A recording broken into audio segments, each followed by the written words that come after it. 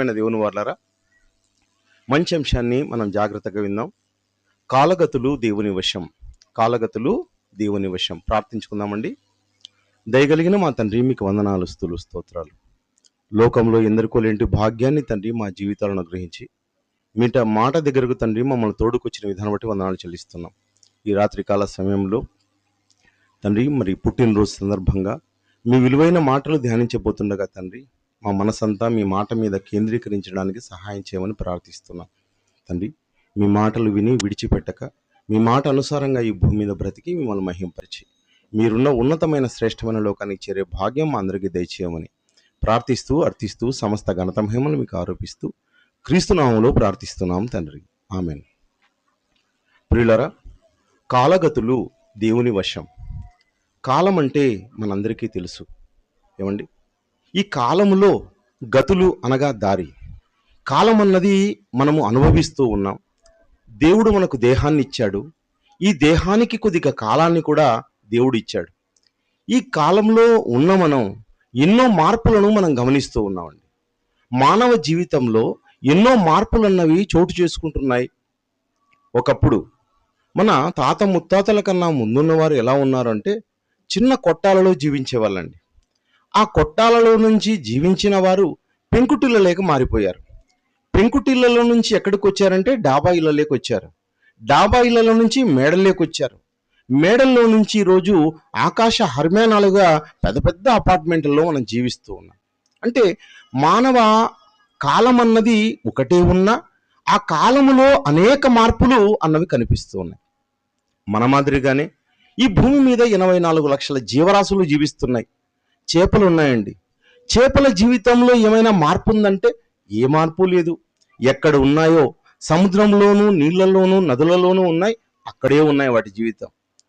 మరి ఒక నక్కలు చూసామంటే అవి బొరియల్లోనే ఉన్నాయి. అదేవిధంగా కొన్ని కుందేళ్ళు, అదేవిధంగా మరి సింహం, అడవికి రాజు అంటాం, అవి ఎప్పుడూ కూడా అడవుల్లోనే ఉండిపోయాయి. వాటి జీవితాల్లో ఏ మాత్రం మార్పు లేదండి. మానవ జీవితం మాత్రం ఎంతెంతో అభివృద్ధిలోకి వస్తుంది. ఏమండి, నేను 10-12 ఏళ్ల వయసులో ఉన్నప్పుడు రికార్డింగ్ ఏం చేసేవారంటే చిన్న చిన్న టేపుల్లో చేసేవారండి. టేప్ పెట్టేవారు. ఒక 30 రూపాయల్లో క్యాసెట్ ఇచ్చేవాళ్ళు. దానిలో నుండి పాటలు వినేవాళ్ళం. అక్కడి నుండి ఎక్కడికి వచ్చిందంటే నేను ఒక 30 ఏళ్ల వయసుకు వచ్చే సమయానికి సీడీ ప్లేయర్లోకి వచ్చింది. సీడీ నుంచి డివిడీలోకి వచ్చింది. డివిడీలో నుంచి ఇప్పుడు పెన్ డ్రైవ్లోకి వచ్చింది. అక్కడి నుంచి కూడా మళ్ళీ మార్పు వస్తుంది. అంటే మానవ జీవితంలో ఈ కాలంలో అనేక మార్పులు అన్నవి సంభవిస్తూ ఉన్నాయి. అనేక మార్పులు మనం చూస్తూ ఉన్నాం, మన కళ్ళారా చూస్తున్నాం, వాటిని అనుభవిస్తూ ఉన్నాం పిల్లరా. కానీ ఒకనాడండి దేవుడు ఈ మార్పులన్నిటికీ కారణం ఎవరన్న సంగతి మనిషి ఆలోచించడం లేదు. ఇన్ని మార్పులు రావడానికి కారణం మనిషిగా నేనే అనుకుంటున్నాను. మనిషి అందరూ కూడా కాదండి. ఈ కాలాన్ని ఇచ్చినవాడు, దేహాన్ని కట్టినవాడు.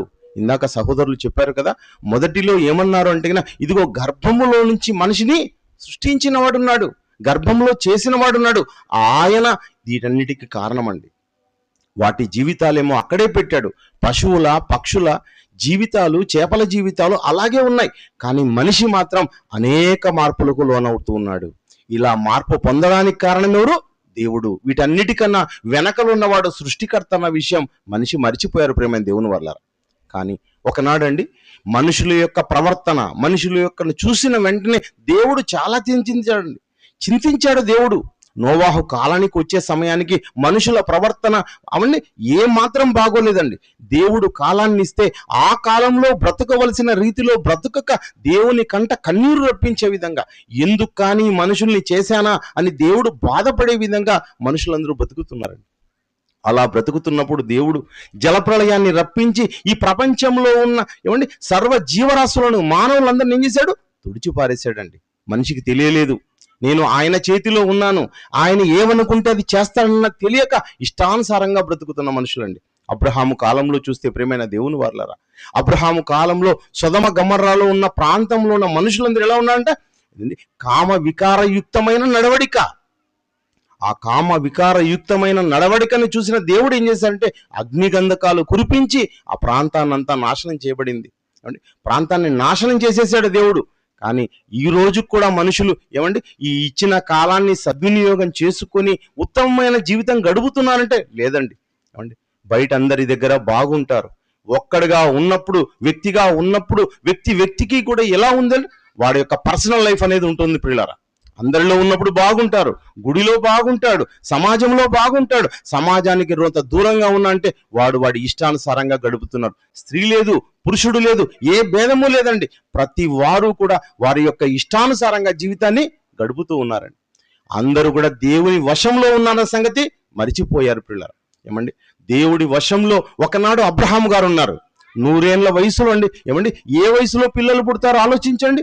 దేవుడి వశములో ఉన్నాడు కనుక ఆయన కాలంలో 100 ఏళ్ల వయసులో కుమారుణ్ణి అనుగ్రహించడం జరిగిందండి అబ్రహాము గారికి.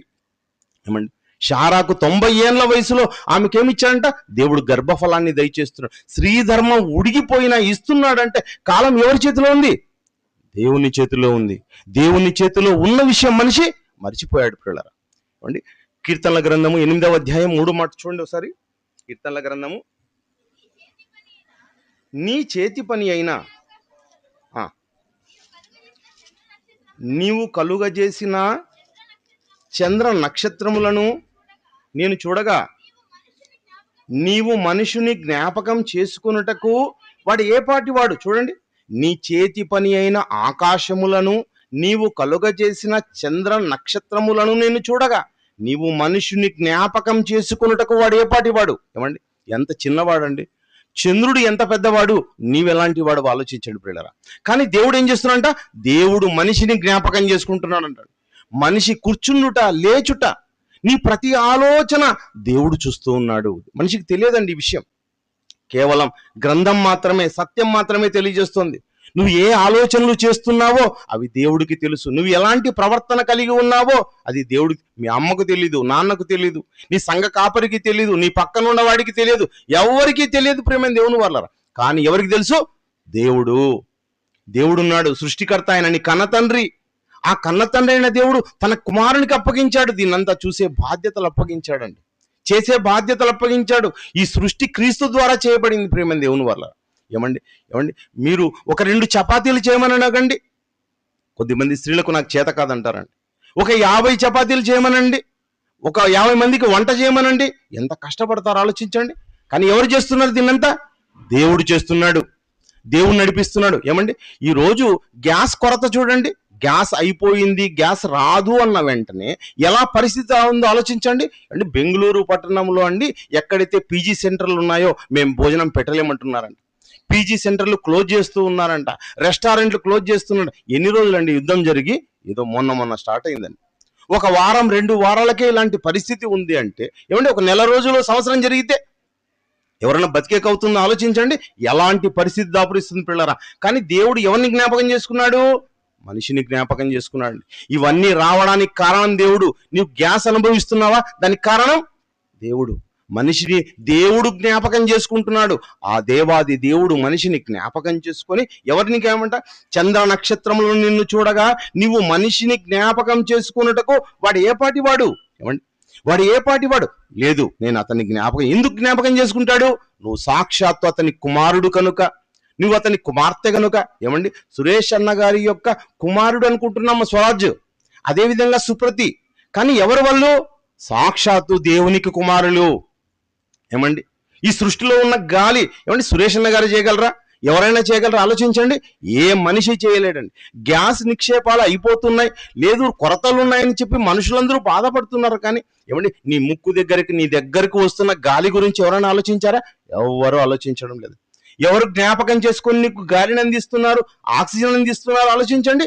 దేవాది దేవుడు నిన్ను జ్ఞాపకం చేసుకుంటున్నాడు. అంటే మనుషులందరూ ఎవరి వశంలో ఉన్నారనుకుంటున్నారు? అందరూ కూడా దేవుని వశంలో ఉన్నారండి. మనుషులు ఎవరు ఈ విషయాన్ని గ్రహించడం లేదు. యెహెజ్కేలు గ్రంథము 18వ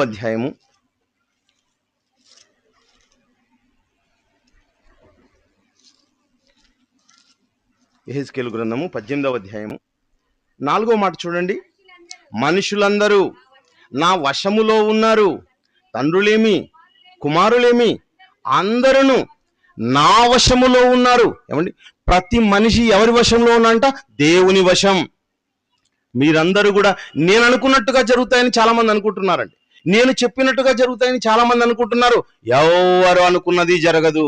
ఏమండి, నువ్వు ఇంతలో కనబడే అంతలో మాయమయ్యే ఆవిరి లాంటి వాడివయ్యా. చిన్న జీవితం, చిన్న ఆయుష్కాలం.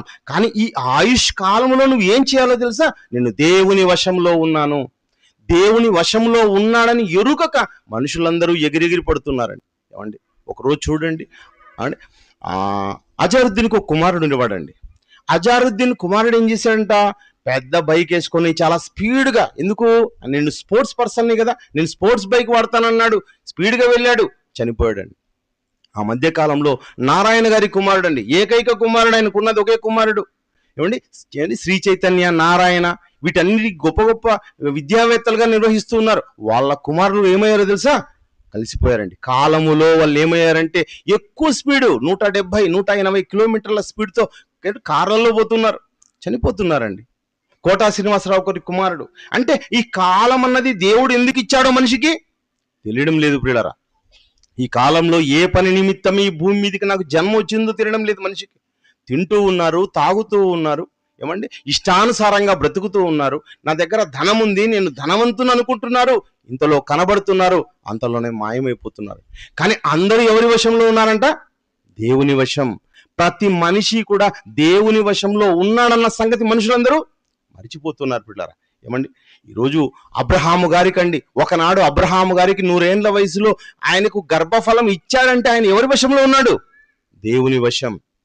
ఏదైనా మార్చగలడండి, కాలాలను మార్చగలడు, పరిస్థితులు మార్చగలడు, ఏదైనా చేయగలిగిన సమర్థుడు. యెహోవాకన్నీ సాధ్యం, ఆయనకు అన్నీ సాధ్యం, ఆయన ఏదైనా చేయగలడు. ప్రేమైన దేవుని వల్లరా, ఒక సందర్భాన్ని మనం చూద్దాం.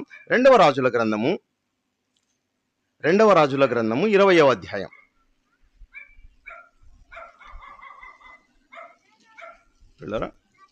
రెండవ రాజుల గ్రంథము 20వ అధ్యాయము మొదటి మాట చదువుకుందాం.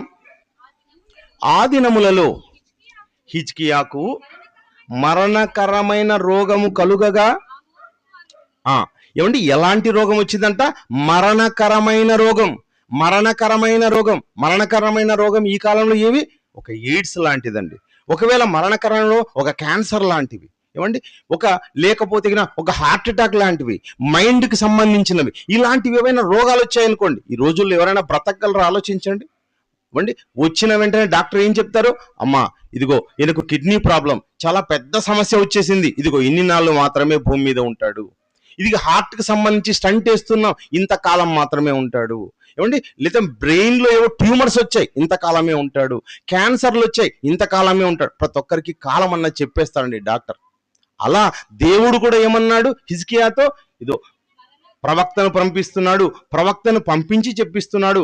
ఆ దినముల్లో హిజ్కియాకు మరణకరమైన రోగము కలుగగా ఆమోజు కుమారుడును ప్రవక్త అయిన యెషయా అతని యొద్దకు వచ్చి, నీవు మరణమగుచున్నావు గనుక, బ్రతుకవు గనుక నీ ఇల్లు చక్కబెట్టుకొనుమని యెహోవా సెలవిచ్చుచున్నాడని చెప్పగా, ఏమండి, దేవుడు చెప్పాడు, దేవుడు చెప్పింది చెప్పినట్లుగా జరుగుతుంది. ఇదిగో నీ ఇల్లు చక్కబెట్టుకో, నీ పరిస్థితులన్నీ చక్కబెట్టుకో, అనుకూలంగా చేసుకో, ఇక వెంటనే నువ్వు వెళ్ళిపోతున్నావు అని చెప్పాడండి. అలా చెప్పిన వెంటనే ఆయన ఏం చేశాడంట? చాలా దుఃఖపడ్డాడంట పిల్లరా. కానీ దుఃఖపడి కన్నీళ్లు విడిచి దేవుణ్ణి ప్రార్థించాడంట. దేవుణ్ణి ప్రార్థిస్తే ఆయనకు దేవుడు ఏం చేశాడు? ఇదిగో ఆయుష్కాలాన్ని పెంచాడండి. ఆయుష్కాలం దేవుని చేతిలో ఉంది, దేవుని చేతిలో ఉంది. ఎవరికి ఎన్ని సంవత్సరాలు ఇవ్వాలో, ఏమండి, ఎలాంటి పరిస్థితులు ఇవ్వాలో దేవుడికి తెలుసు. చెప్తున్నాడు చూడండి అక్కడ 6వ వచనంలో, ఇంకా 15 సంవత్సరంలో ఆయుష్ నీకు ఇచ్చేదను. ఏమంటున్నాండి? 15 సంవత్సరంల ఆయుష్. అంటే ఆయుష్ దేవుడు పెంచగలడు. ఏమండి, ఈరోజు మనము ఇదిగో ఈ వయసులో జీవిస్తున్నాం. ఒకరికి 50 ఏండ్లు, ఒకరికి 60 ఏండ్లు, ఒకరికి 40, ఒకరికి 20, అనేక మంది 5, 10 కూడా ఇక్కడ ఉన్నారు. మీకు ఈ కాలం ఇచ్చాడంటే ఎవరు ఇచ్చారనుకుంటున్నారు? దేవుడు. ఏమండి, పిండంగా, ఏమండి, ఎంతమంది రాలిపోలేదు ఆలోచించండి. గర్భములో ఉండగానే పిండంగా ఎంతమంది రాలిపోలేదు. ఎంతమందికి యాక్సిడెంట్లు జరగలేదు, ఎంతమందికి చిన్న జ్వరం వచ్చి చనిపోలేదు. ఏమండి, ఈరోజు మనం చూస్తున్నాం కదా, మనం అందరం కూడా, నేను కూడా ఎన్నో ప్రయాణాలు ప్రియుల, ఏమండి, ట్రైన్లలో ప్రయాణించాం, బస్సుల్లో ప్రయాణించాం, 2 వీలర్లో ప్రయాణించాం. అలా ప్రయాణిస్తున్నప్పుడు, ట్రైన్లలో ప్రయాణిస్తున్నప్పుడు ఏదైనా జరగవచ్చు కదా. ఏ విషయమైనా జరిగే అవకాశం ఉంది కదా. అంటే ఫ్లైట్లో వెళ్ళాం అనుకోండి, ఫ్లైట్లో వెళ్తే కరెక్ట్గా గమ్యస్థానం దిగాలని రూల్ ఏమన్నా ఉందా? లేదు కదా. ఎన్నో జరిగాయి, ఏవైనా జరగవచ్చు. ఏవైనా జరుగుతున్న సందర్భాలలో ఇంతవరకు మనం కాలంలో ఉన్నాము అంటే ఈ కాలం ఎవరి వశంలో ఉంది? దేవుని వశంలో ఉంది. దేవుని వశంలో ఉన్నావు కనుకనే నువ్వు సజీవంగా ఉన్నావు. దేవుడి అనుకోకపోతే నీవు నేను ఎవ్వరు ఉండేవాళ్ళం కాదండి. మనకు దేవుడు సంతోషాన్ని ఇస్తున్నాడు, ఆనందాన్ని ఇస్తున్నాడు. ఇవన్నీ చేస్తున్నాడంటే ఎందుకోసం అన్న విషయాన్ని ఆలోచించండి ప్రియులారా. ఎందుకోసం, ఏ విధంగా బ్రతకాలన్నది దేవుని యొక్క ఉద్దేశం. 2వ దినవృత్తాంతముల గ్రంథము, హిజ్కియా గురించి ఆలోచిస్తున్నాము. 2వ దినవృత్తాంతముల గ్రంథము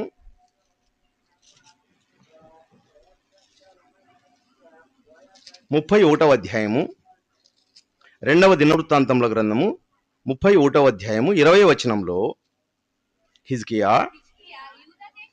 యూదా దేశమంతటను ఈలాగున జరిగించి తన దేవుడైన యెహోవా దృష్టికి అనుకూలముగాను యథార్థముగాను నమ్మకముగాను, చూడండి ఎలా పని చేయాలంట, ఏ మనిషి అయినా ఎలా బ్రతకాలంట.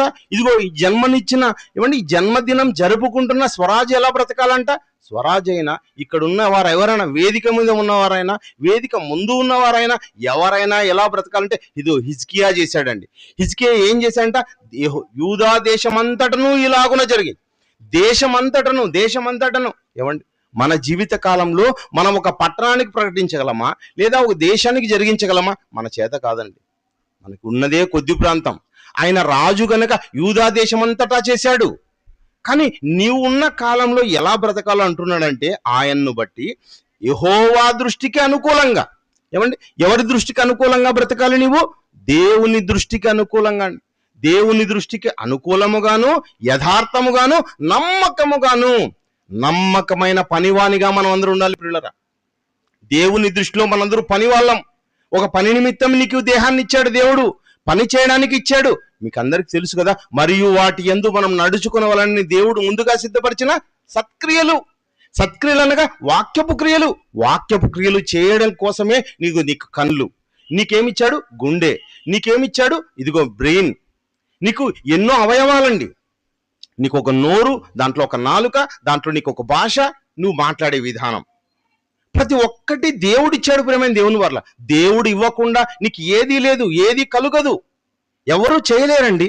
ఇంత గొప్ప దేహాన్ని ఇచ్చినందుకు ఆయన ఎలా కాకుండా దేవునికి అనుకూలంగా ఉన్నాడంట, యథార్థంగా ఉన్నాడంట, నమ్మకంగా పనిచేశాడంట ప్రియులారా.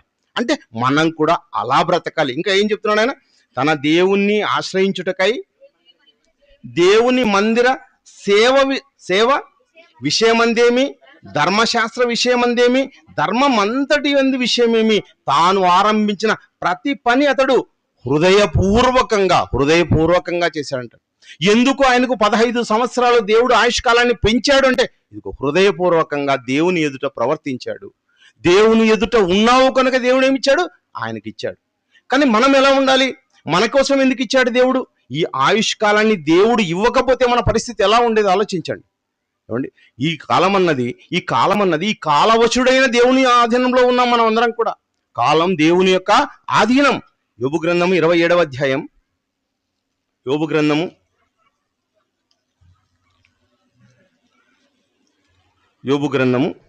27వ అధ్యాయం 8వ మాట చూడండి. దేవుడు వానిని కొట్టివేయినప్పుడు, వాని ప్రాణము తీసివేయినప్పుడు భక్తిహీనునికి ఆధారం ఏది? చూడండి, దేవుడు వాణ్ణి కొట్టివేయినప్పుడు. ఎలక్షన్లో నీ పేరు పోతే వెళ్తావు, అయ్యా నా పేరు చేర్చండి ఇంకోసారి, నా పేరు లేదు అని కొట్టేశారు, నా పేరు తీసేశారు, నా పేరు ఎందుకు లేదు? ఏమండి, ఎన్నో ఎంక్వైరీలు చేస్తావు. కానీ మనుషులందరూ దేవుడు ఉన్నారు, ఎవరి ఆధీనంలో ఉన్నారు? కాలవశుడైన దేవుని ఆధీనంలో ఉన్నారు. ఆ దేవుడు ఏం చేస్తాడంటే, దేవుడు వాణ్ణి కొట్టివేయినప్పుడు, వీడి భూమి మీద నుంచి తీసేయని దేవుడు ఒక్కసారి వాని పేరుని క్రాస్ చేశారనుకోండి. కొన్ని స్త్రీల పేర్లు, పురుషుల పేర్లు, వాడు చిన్నవాడా పెద్దవాడా తేడా లేకుండా పేర్లు దేవుడు తీసేస్తున్నాడంటే ఎవరు ఉండరండి. దేవుని ఆధీనంలో ఉన్న మనుషులందరూ కూడా, ఒక మనిషి యొక్క పుట్టుక, ఒక మనిషి యొక్క చావు, ఆ రెండింటి మధ్య పని. ఏమండి, చావు పుట్టుకల మధ్యలో దేవుడు పని పెట్టాడు, కాలాన్ని ఇచ్చాడు. ఆ కాలాన్ని సద్వినియోగం చేసుకొని పని చేయాలండి. ఏమండి, ఒక ఎంప్లాయర్కి ఏమి ఇస్తారంటే డేట్ ఆఫ్ జాయినింగ్ అని ఉంటుందండి, డేట్ ఆఫ్ రిటైర్మెంట్ అనేది ఉంటుంది. 62 ఏళ్ళు అనుకోండి, 62 ఏళ్ళ వరకు పని చేయాలి. 62 ఏళ్ళు అయిపోయిన వెంటనే అతను రిటైర్డ్ అయిపోవాలి.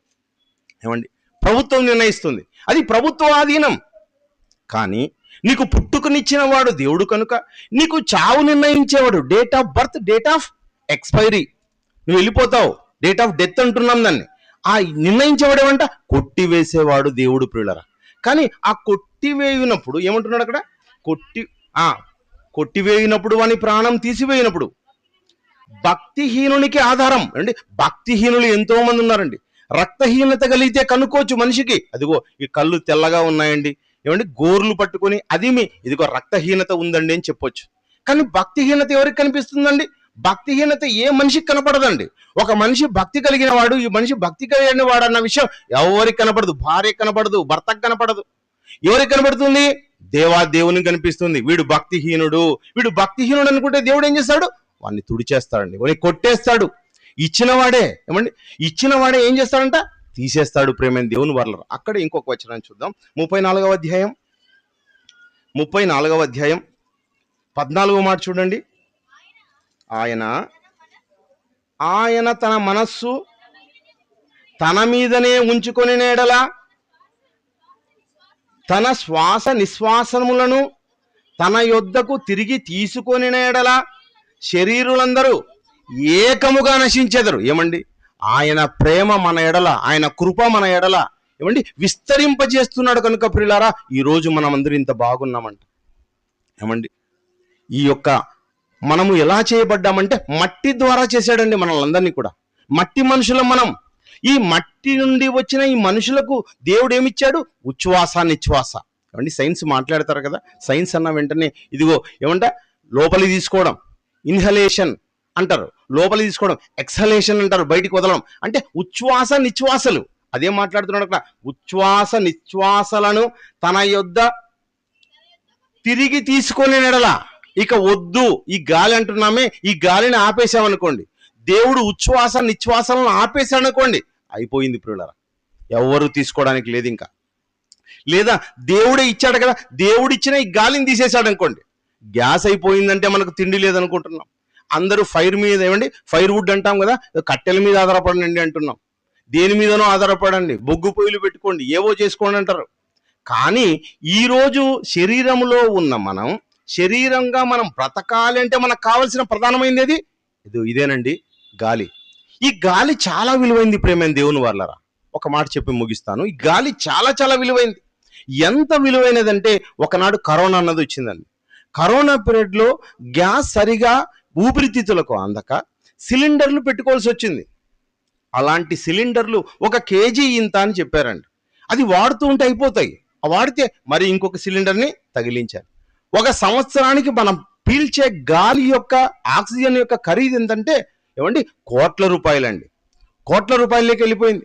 ఏమండి, ఎవరైనా కానీ 10,80,00,000 ప్రతి సంవత్సరానికి కట్టగలరా? ఆలోచించండి. అంత కలిగి ఉన్నామనో అంత విలువైనదండి గాలి. ప్రతి సంవత్సరం కూడా మనం కట్టాలంటే ఇప్పటి వరకు మనం అనుభవించిన గాలికి ఎంత కట్టాలో ఆలోచించండి. దేవుడి వశంలో ఉన్నాం. దేవుని కృప వలన, దేవుని దయ వలన, దేవుని ప్రేమ వలన మనం ఇవన్నీ అనుభవిస్తున్నాం. ఇవన్నీ అనుభవించిన మనం ఎలా జీవించాలో అలా జీవించకపోతే మనం ఏమవుతాం? భక్తిహీనులం అవుతామండి. అలాంటి భక్తిహీనులను దేవుడు ఏం చేస్తాడు?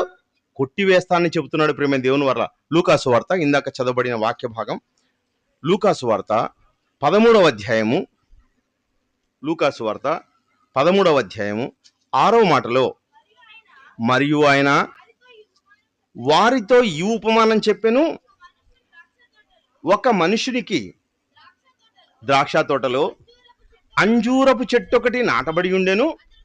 అతడు అంటే యజమానుడు దాని పండ్లను వెదక వచ్చినప్పుడు ఏమీ దొరకలేదు. ఏమండి, యజమానుడు నాటినవాడు ఏమండి, పండు చూడొచ్చా చూడకూడదా? అతందే కదండి, పొలం అతందే, నాటింది అతనే. అది ఎందుకు నాటాడు? ఫలాలు ఇవ్వడానికి నాటాడు. ఎందుకు ఈ భూమి మీద నీకు జన్మనిస్తున్నాడు దేవుడు?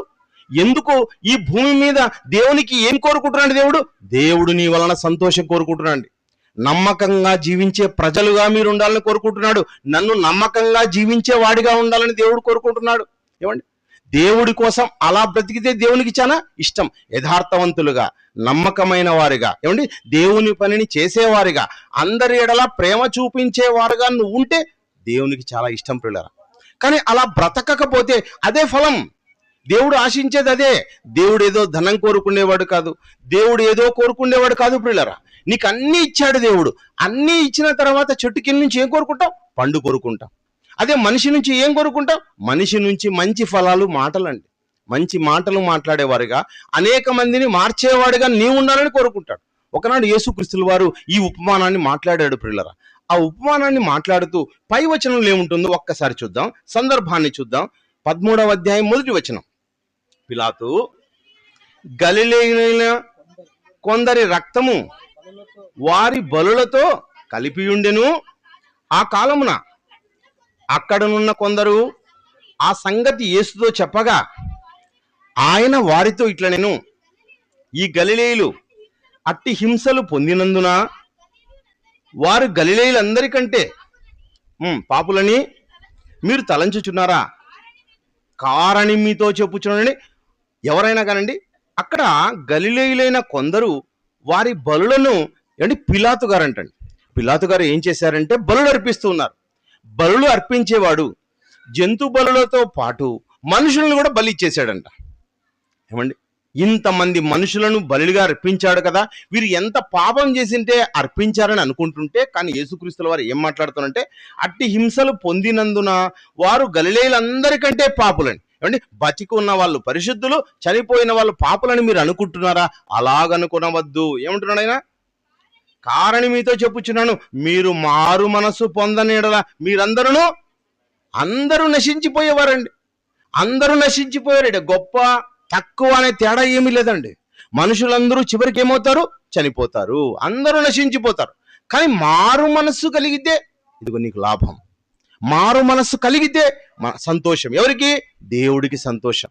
దేవుడు ఏమిచ్చాడు? కాలాన్ని ఇచ్చాడు. కాలాన్ని ఇచ్చిన వాడు ఆ కాలములో నీవు మారు మనసు పొందాలని దేవుడు ఆశిస్తున్నాడు పిల్లలు. కానీ మారు మనసు పొందక వీళ్ళు పాపులు, వాళ్ళు పాపులు, వీరు పాపులు, వారు పాపులు అనుకుంటుంటే ఇదిగో నీ జన్మ కూడా వృధానే. పాపులు కాబట్టి వాడు చనిపోలేదు, వారికి కాలం అయిపోయింది కనుక వాళ్ళు చనిపోయారు. కాలం ఎవరి వశంలో ఉంది? దేవుని వశంలో ఉంది పిల్లలు. కాలాన్ని కూడా తిప్పగలిగిన సమర్థుడు ఎవరంటే ఇదిగో యేసుక్రీస్తుల వారు. మీ అందరికీ ఒక సందర్భాన్ని మాత్రమే చెబుతాను. ఆయన మరియా మార్తల యొక్క సహోదరుడైన లాజరు దగ్గరికి వచ్చాడండి. లాజరు అప్పటికి చనిపోయి ఎన్ని రోజులైందంట? 4 దినాలైందండి. 4 దినాలైతే అతడు ఏమైంటాడు? కుళ్ళిపోయి ఉంటాడు. అక్కడికి వచ్చాడు, బిగ్గరగా అన్నాడు, లాజరు బయటికి రాని. వెంటనే లాజరు ఏమయ్యాడు? ప్రేత వస్త్రాలు ధరించిన వాడుగైనా బయటికి వస్తున్నాడు. అలా బయటికి వచ్చాడు అంటే కాలాన్ని ఏం చేయగలిగినాడు యేసుక్రీస్తుల వారు? దానిపైన విజయం సాధించాడండి. ఏకైక వ్యక్తి అండి, పరిశుద్ధుడు. ఎవరు కూడా పాపులుగా ప్రపంచ ప్రజలందరూ జీవిస్తే ఏ మాత్రం చిన్న పాపం కూడా చేయకుండా పరిశుద్ధంగా బ్రతికిన వాడు యేసుక్రీస్తుల వారండి. అలాంటి పరిశుద్ధమైన జన్మ కలిగిన యేసుక్రీస్తును నమ్ముకున్న వారెవరు? ఇదిగో మనమే. ఆయన్ను నమ్ముకున్నాం, ఆయన్ను ధరించుకున్నాం. ఆయన్ను ధరించుకోవడం ద్వారా మనం క్రైస్తవులని పిలువబడుతున్నాం. ఆయన లాంటి గుణం, క్యారెక్టర్ మనకు కూడా ఉంది అని చెబుతున్నాం మనం. అలా చెబుతున్న మనం ఇంకా పాపానికి దాసులుగా పాపం దగ్గరికి వెళుతూ ఉంటే, పాపపు ఆలోచనలు చేస్తుంటే దేవుడు సంతోషించేవాడు కాదు పిల్లరా. అందుకనే కింద వచ్చిన వాళ్ళు అన్నాడు కదా, అక్కడ వెదక వచ్చినప్పుడు కాలం ఇచ్చాను కదా, ఈ కాలంలో నువ్వు ఫలించాలి కదా. ఓ మానవుడా, నువ్వు ఫలించాలి. ఎందుకంటే దేవుడి దృష్టిలో ప్రతి మనిషి ఎవరంట? చెట్టు. నువ్వు కూర్చుండుట, నువ్వు లేచుట, నువ్వు పడుకొనుట అన్నీ నాకు తెలుసు అంటున్నాడు దేవుడు. నీ మాట నాలుకకు రాకముందే అవన్నీ ఎరిగి ఉన్నా అంటున్నాడు. మనిషి గురించి దేవుడు జ్ఞాపకం ఒక్క క్షణం కూడా వదలడండి మన తండ్రి. మన తండ్రికి మనం అంటే పిచ్చి ప్రేమ దేవుని వాళ్ళ. ఈ భూమి మీద ఉన్న తల్లులన్నా మర్చిపోతారేమో, తండ్రులైనా మర్చిపోతారేమో, సహోదరులైనా మర్చిపోతారు. అప్పిచ్చిన వాళ్ళు ఎంతమంది మర్చిపోలేదు ఆలోచించండి పిల్లలు. అందరూ మర్చిపోయారన్నీ. కానీ దేవుడు మాత్రం మనిషిని ఎప్పుడు ప్రతి క్షణం జ్ఞాపకం చేసుకుంటుంటాడు. అలాంటి వాడండి మన కన్న తండ్రి. ఆ కన్న తండ్రిని సంతోష పెట్టడానికి నీ ఆలోచనలు పనిచేయాలి పిల్లరా. ఇవన్నీ చూపించడానికి సమయం లేదు కనుక నేను ఇవన్నీ మీకు చెబుతున్నాను, బాగా ఆలోచించండి. కనుక ఈ జన్మ అన్నది దేవుడిచ్చిన ఒక గొప్ప వరం. గొప్ప వరం. ఎందుకంటే గర్భములోకి వెళ్ళిన కోట్లాది మందిలో నీకొకడికే దేహం దేవుడు ఇచ్చాడు, నీకు స్త్రీగా ఇచ్చాడు, పురుషుడిగా ఇచ్చాడు. ప్రతి జన్మ కూడా చాలా గొప్పదండి. అది స్త్రీ జన్మైనా పురుష జన్మైనా. మొన్ననే ఈ మధ్య అంతర్జాతీయ మహిళా దినోత్సవం చేసుకున్నాం, కానీ మా జన్మలు వృధా అనుకున్నారేమో. కాదు, ప్రతి జన్మ చాలా విలువైనది. ప్రతి జన్మ నీ చుట్టూ ఉన్న వారిని ఏం చేయాలి? నువ్వు క్రీస్తు లాంటిగా నువ్వు బ్రతుకుతూ అనేక మందిని నిలబెట్టాలి. అందుకే దేవుడు నీకేమిచ్చాడు? కాలం ఇచ్చాడు. ఈ కాలం ఎవరి చేతిలో ఉంది? దేవుని వశమైంది. ఇప్పుడు కాలగతులు దేవుని వశం.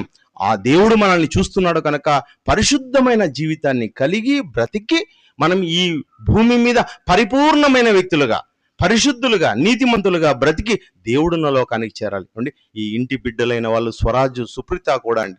ఏమండి, స్వరాజ్ ఈ మధ్య దైవ జ్ఞానాన్ని నేర్చుకుంటున్నాడు. దైవ జ్ఞానాన్ని వంటబట్టించుకున్న కుమారుడు ఈ భూమి మీద దేవుని కోసం నమ్మకంగా బ్రతకాలి, దేవుని పనులు చేయాలి, అనేక మందిని దేవుని వద్దకు నడిపించేవాడుగా కావాలి. అదేవిధంగా ఆయన కుమార్తె అండి, సురేష్ గారి కుమార్తె మరి స్వర్ణ కూడా మరి దేవుని గ్రంథాన్ని, వాక్యాన్ని నేర్చుకుంటుంది కుమార్తె. అలా పరిపూర్ణమైన వ్యక్తులుగా మారి, పరిశుద్ధులుగా మారి అనేక మందిని దేవుని యొద్దకు నడిపించాలని, దేవుని పనిలో వారు ఉండాలని కోరుకుంటూ ఈ చిన్ని మాటలు ముగిస్తున్నాను. ప్రార్థన చేసుకుందాం. దయగలిగిన మా తండ్రి, మీకు వందనాలు, స్తుతులు, స్తోత్రాలు. కాలం అన్నది తండ్రి మీ వశంలో ఉంది తండ్రి. మాకైతే తెలియదు మేము ఎన్ని సంవత్సరాలు జీవిస్తాము.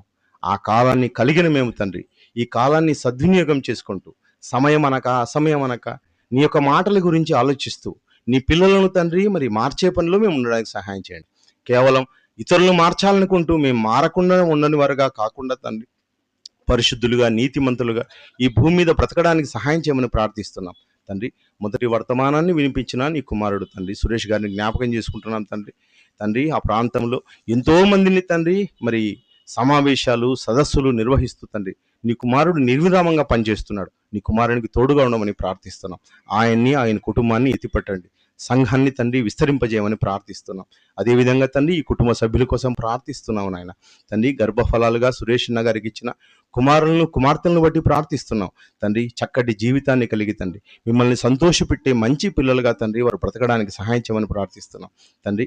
అదేవిధంగా వారికి చక్కటి భవిష్యత్తును అనుగ్రహించండి తండ్రి. నూరంతల ఫలాన్ని తండ్రి వారి జీవితంలో దేవుణ్ణి సంతోషపెట్టేవారుగా కూడా చేయమని ప్రార్థిస్తూ, అర్థిస్తూ సమస్త ఘనత మహిమలను ఆరోపిస్తూ క్రీస్తు నామములో ప్రార్థిస్తున్నాం తండ్రి.